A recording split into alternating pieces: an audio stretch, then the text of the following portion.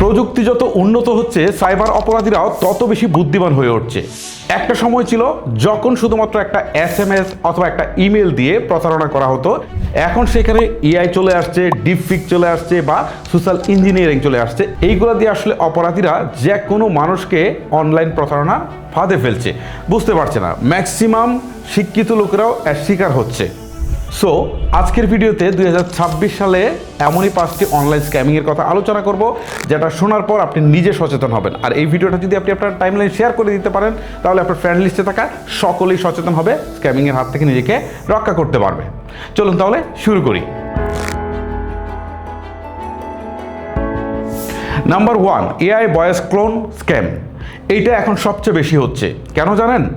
একটা সময় ছিল যখন কারো আইডি বা কারো হোয়াটসঅ্যাপ হ্যাক করে তাকে মেসেজ দেওয়া হতো, সে টাকা পাঠাতো। এখন কিন্তু অনেকে বুঝে গেছে টাকা পাঠায় না, যে কারণে অপরাধীরা কি করছে, AI এর সাহায্য নিয়ে দেখা গেল যে ধরেন আপনার মামার একটা আইডি আছে, সেটা সে হ্যাক করলো। হ্যাক করার পর তার কণ্ঠটাও, ঠিক আছে, হয়তো তার সাথে একটু কনভারসেশন করলো ফোনে, সেটা রেকর্ড করলো, করে AI-কে দিয়ে হুবহু একটা মেসেজ তৈরি করালো। ঠিক আছে, আপনার নাম ধরে বললো যে রাকিব, তুমি আমাকে 5,000 টাকা পাঠাও বা 20,000 টাকা পাঠাও, আমি একটু বিপদে আসি, তোমার সাথে আমি পরে কথা বলবো। ঠিক আছে, AI কিন্তু ভয়েসটা ক্লোন করে দিল এবং সে হোয়াটসঅ্যাপটা হ্যাক করার পর ধরেন আপনাকে পাঠালো। এখন আপনি চিন্তা করলেন, হ্যাঁ মামাই তো ভয়েস দিয়েছে। সো আপনি কি করলেন, যে কোনো মূল্যে টাকাটা পাঠিয়ে দিলেন। সো এখন কিন্তু অপরাধীরা আরও অনেক বেশি কৌশলী হয়ে উঠছে। এই ক্ষেত্রে আমি আপনাদেরকে বলবো, যদি এই রকম কোনো কিছু হয়, ঠিক আছে, কেউ যদি ভয়েস দিয়ে টাকা চায়, আপনি মোটেও বিশ্বাস করবেন না। সেটা আপনার নিজের বাবা হোক, চাচা হোক, মামা হোক, যে কোনো আত্মীয় হোক। আপনি যে কাজটা করবেন সেটা হচ্ছে তাকে একটা ভিডিও কল দিবেন। যেহেতু সে ইন্টারনেটে আপনাকে একটা ভয়েস পাঠাতে পেরেছে, নিশ্চয়ই তার নেট আছে, আপনি একটা ভিডিও কল দিয়ে এনশিওর হবেন যে এই ব্যক্তি আসলে সেই ব্যক্তি কিনা। তারপর আপনি টাকা পাঠাবেন কিনা সেই ডিসিশন নেবেন। Number 2, deepfake video. এইটা কিন্তু খুব ডেঞ্জারাস একটা জিনিস। AI দিয়ে যেমন ভয়েস ক্লোন করা যায়, এখানে ডিপফেক দিয়ে এমন ভিডিও তৈরি করা যায় যেটা থেকে নর্মালি কোনো মানুষ বুঝতে পারে না যে আসলে এই ভিডিওটা AI দিয়ে তৈরি করা হয়েছে। অর্থাৎ অন্য একটা ভিডিওতে আপনার মুখটাকে এমনভাবে সেট করা হবে, মনে হবে যে আপনি এখানে আছেন, আপনার ভয়েসটাকেও সে নকল করতে পারছে। এই অবস্থায় যেটা হবে যে আপনাকে সে চাইলে একটা মেসেজ পাঠাতে পারে, ঠিক আছে, পাঠিয়ে বলতে পারে যে আমি একটা বিপদে আছি, তুমি আমাকে টাকা পাঠাও, অথবা আমরা একটা ইনভেস্ট করতে পারি, এখানে একটা ইনভেস্ট পেয়েছি, এখানে আমরা এটা নিয়ে বিনিয়োগ করতে পারি, এত টাকা লাগবে, বা এরকম লোভনীয় কিছু আপনাকে অফার দিতে পারে, বা আপনাকে ব্ল্যাকমেইলও করতে পারে। এমন একটা অশ্লীল ভিডিও দিল, দিয়ে আপনাকে ব্ল্যাকমেইল করার চেষ্টা করতে পারে। এটা রিসেন্টলি আমার অনেক রিলেটিভের সাথে হয়েছে, এইগুলো আমি প্র্যাকটিক্যাল জিনিস শেয়ার করছি। সো এই সিচুয়েশনে আপনি যে কাজটা করবেন, আপনি তাকে যাচাই করার জন্য তাকে ভিডিও কল দিবেন। ঠিক আছে, ভিডিও কল দিয়ে তার সাথে আপনি সরাসরি কথা বলবেন, 1 নম্বর কথা। 2 নম্বর কথা হচ্ছে, আপনি অন্যান্য সোর্স, যেমন রিলেটিভদের মাধ্যমে অন্য সোর্স থেকে আপনি খোঁজার চেষ্টা করবেন যে এই লোকটা আসলে এই ধরনের কিছু করছে কিনা, বা তার এই ধরনের কোনো প্রপোজাল আছে কিনা, তারপর আপনি আগাবেন। তা না হলে কিন্তু আপনি অনলাইন স্ক্যামিংয়ের শিকার হতে পারেন, কারণ এখন অপরাধীরা আপনার চেয়ে আমার চেয়ে অনেক বেশি ইন্টেলিজেন্ট। নাম্বার 3 হচ্ছে ফেক জব স্ক্যাম। এটা এখন বেশি হচ্ছে। তরুণরা বেকার আছে, চাকরি করছে, এক শ্রেণীর লোক আছে যারা টেকনোলজিতে খুবই এক্সপার্ট। তারা কি করছে, বিজ্ঞাপন দিচ্ছে যে ঠিক আছে আপনার এখানে চাকরি হবে, আপনার CV পাঠান, কোয়ালিফিকেশন কি সব লিখে পাঠান। আপনি পাঠালেন, তারা আপনাকে বললো যে আপনি কোয়ালিফাইড, আপনার চাকরি হয়েছে। এখন আপনি যে কাজটা করবেন সেটা হচ্ছে আপনাকে ট্রেনিং করাতে হবে এবং এখানে একটা রেজিস্ট্রেশন করতে হবে, রেজিস্ট্রেশনের ফি আছে, সেটা পাঠান এবং এত তারিখ এই জায়গায় এসে আপনি জয়েন করবেন। এটা অনেককেই করছে। সো আপনাদের যদি এরকম কোনো কিছু হয়, আগে যদি কেউ টাকা চায়, রেজিস্ট্রেশন ফি চায় বা যাই চায়, আপনারা বুঝবেন যে এটা ফেক। এই ক্ষেত্রে আপনাদের অবশ্যই একটা কাজ করতে হবে, ঠিক আছে, CV পাঠানোর পর যদি অটোমেটিক চাকরি হয়ে যায়, সন্দেহ পোষণ করতে হবে। আর তারপরেও যদি আপনার মনে হয় যে না সব ঠিক আছে, আপনি ফিজিক্যালি ভিজিট করেন, ঠিক আছে, একা যাবেন না, এইসব প্লেসে একা কখনো যাবেন না, কয়েকজন নিয়ে আপনি যাবেন। দেন আপনি ফিজিক্যালি ভিজিট করেন, তাদের প্রতিষ্ঠান আছে কিনা, তাদের ওয়েবসাইট থাকলে সেগুলো ভিজিট করেন, সব দেখে শুনে তারপরে আপনি চাকরির কথা চিন্তা করেন। কারণ অনলাইনে অ্যাকচুয়াল জবের চেয়ে ফেক জবের সংখ্যাই বেশি। এটা হতে পারে 90% ফেক জব। সো এখানে সতর্ক থাকবেন। Number 4, QR code scam. এটা কিন্তু এখন অনেক বেশি হচ্ছে। আপনি টাকা কোথাও পে করতে গেছেন, QR কোড দিয়ে দিচ্ছে, আপনি স্ক্যান করছেন না। যে কোনো জায়গায় আপনি QR কোড স্ক্যান করবেন না। আপনার দরজার সামনে আসছেন, এখানে এসে দেখেন ওয়াইফাই, QR কোড দেওয়া আছে, আপনি স্ক্যান করবেন না। হুটহাট কোথাও আপনি যদি QR কোড পান, অবশ্যই আপনি স্ক্যান করবেন না, কারণ এইখানে একটা বড় প্রতারণা থাকতে পারে।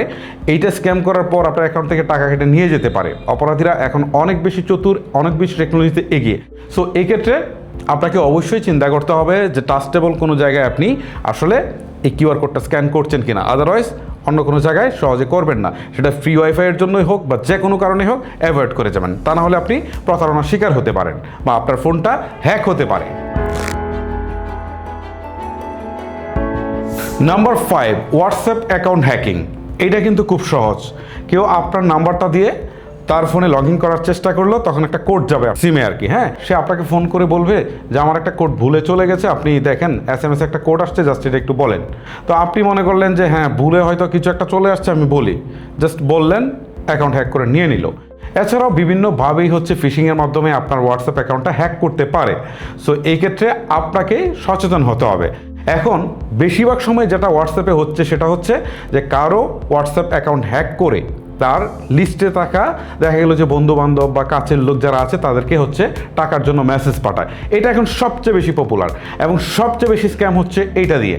তো পাঠানোর পরে কেউ মনে করে যে না, দেখা গেল যে এইরকম একজন লোক আমার কাছে টাকা চেয়েছে, সে তাড়াহুড়া করে দ্রুত পাঠিয়ে দেয়। বাট এইটা করবেন না। সেটা সে যত সম্মানী ব্যক্তিই হোক বা যত বড় পার্সনই হোক, আপনি আগে যাচাই করেন, ঠিক আছে? সেই ব্যক্তিকে একটা ভিডিও কল দেন, যাচাই করেন, তারপর আপনি তাকে টাকা পাঠান, তার আগে না। যদি আপনার মনে হয় যে এই ব্যক্তি এত বড় পার্সন যাকে আমি কল দিতে পারবো না, জিজ্ঞাসা করতে পারবো না, তাহলে আমি বলবো ভাই টাকা পাঠানোর কোনো দরকার নেই। কারণ ধরে নেবেন এগুলো ম্যাক্সিমামই হচ্ছে fake. Number 6, investment and crypto scam. এইটা এখনও অনেক বেশি হচ্ছে। আপনাকে কোনো একটা লোভনীয় অফার দিচ্ছে ইনভেস্টমেন্টের জন্য, যেখানে ইনভেস্ট করলে আপনি প্রায় 10 থেকে 20% প্রফিট পাবেন ইনস্ট্যান্ট।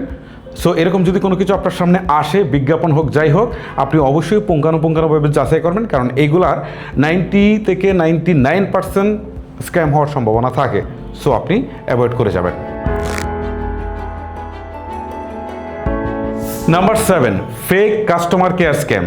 এটাও কিন্তু অনেক বেশি হয়।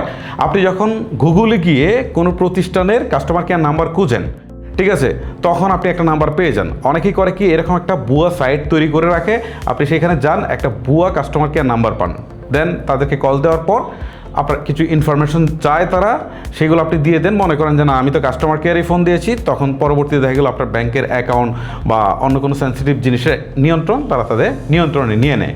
সো আমি আপনাকে বলবো, যে প্রতিষ্ঠানের কাস্টমার কেয়ার খুঁজছেন সেই প্রতিষ্ঠানের ওয়েবসাইটে গিয়েই খুঁজবেন। ধরুন আপনি ডাচ বাংলা ব্যাংকের কাস্টমার কেয়ার খুঁজছেন, ডাচ বাংলা ব্যাংকের অফিসিয়াল ওয়েবসাইটে যেয়ে খুঁজবেন, তাহলে আপনি প্রতারণার শিকার হবেন না। Number 8, phishing website scam. এইটা কিন্তু অনেক পুরনো, বাট এখনও হয়। মানুষ এটাতে এখনও সবচেয়ে বেশি পা দেয়। ফেসবুকে আপনার সামনে এমন একটা লোভনীয় বিজ্ঞাপন আসলো যে আপনি দেখা গেল 50% কমে এই বাইকটা নিতে পারবেন তাদের কোনো একটা অকেশন উপলক্ষে এই প্রতিষ্ঠানে। সো আপনি কি করলেন, ক্লিক করলেন, বললো রেজিস্ট্রেশন করেন। রেজিস্ট্রেশন করতে গেলেন, এখন বলতেছে যে আপনি আসলে ইমেল দিয়ে ফুল ফর্মটা ফিল আপ করবেন নাকি জিমেল দিয়ে বা ফেসবুক দিয়ে আপনি ইনস্ট্যান্ট করে ফেলবেন। এক্ষেত্রে আপনি মনে করছেন যে না, আমি ফেসবুক দিয়ে ইনস্ট্যান্ট করে ফেলি। এখন ফেসবুকে গিয়ে আপনার ফেসবুকের আইডিটা দিচ্ছেন, পাসওয়ার্ডটা দিচ্ছেন, দিয়ে হচ্ছে আপনি লগ ইন করছেন। লগ ইন করার পর তারা আপনাকে সেই রেজিস্ট্রেশনটা করার সুযোগ দিচ্ছে। আপনি তো মনে করলেন ওকে ফাইন, আমি ফেসবুকেই তো করলাম। আপনি যদি ইউআরএলটার দিকে কেয়ার করেন, তাহলে দেখবেন যে না, আপনি ফেসবুক দিয়ে করছেন না, এখানে ফেসবুক না, অন্য কিছু লেখা আছে। গোটা ইন্টারফেসটা ফেসবুকের মতো তৈরি করেছে, বাট এটা ফেসবুক না। এবং তারা আপনার ফেসবুক আইডি নিয়ন্ত্রণে নেওয়ার পর আপনার কাছ থেকে টাকা চাইবে, অথবা সেন্সিটিভ কোনো তথ্য থাকলে সেগুলো হয়তো পাবলিশ করে দিবে বা আপনাকে ঝামেলায় ফেলবে। সো আপনাকে নিরাপদ অবশ্যই থাকতে হবে, এই জন্য আপনি সতর্ক থাকবেন। আমি বলবো যে যখন কোনো কিছুতে সাইন আপ করেন, তখন আপনার জিমেইল, ফেসবুক ইউজ করবেন না, ইন্ডিভিজুয়াল ইমেল আইডি ইউজ করে ফুল ফর্ম যেটা আসে সেটা দিয়ে করবেন, তাহলে আপনি নিরাপদ থাকতে পারবেন। সো গাইস, ভিডিওটা লেন্দি করছি না, এখানে শেষ করছি। আজকের মতো আমি হিমেল বিদায় নিচ্ছি। এরকম প্রয়োজনীয় ভিডিওগুলো নিয়ে আবার আপনাদের সাথে দেখা হবে। আল্লাহ হাফেজ।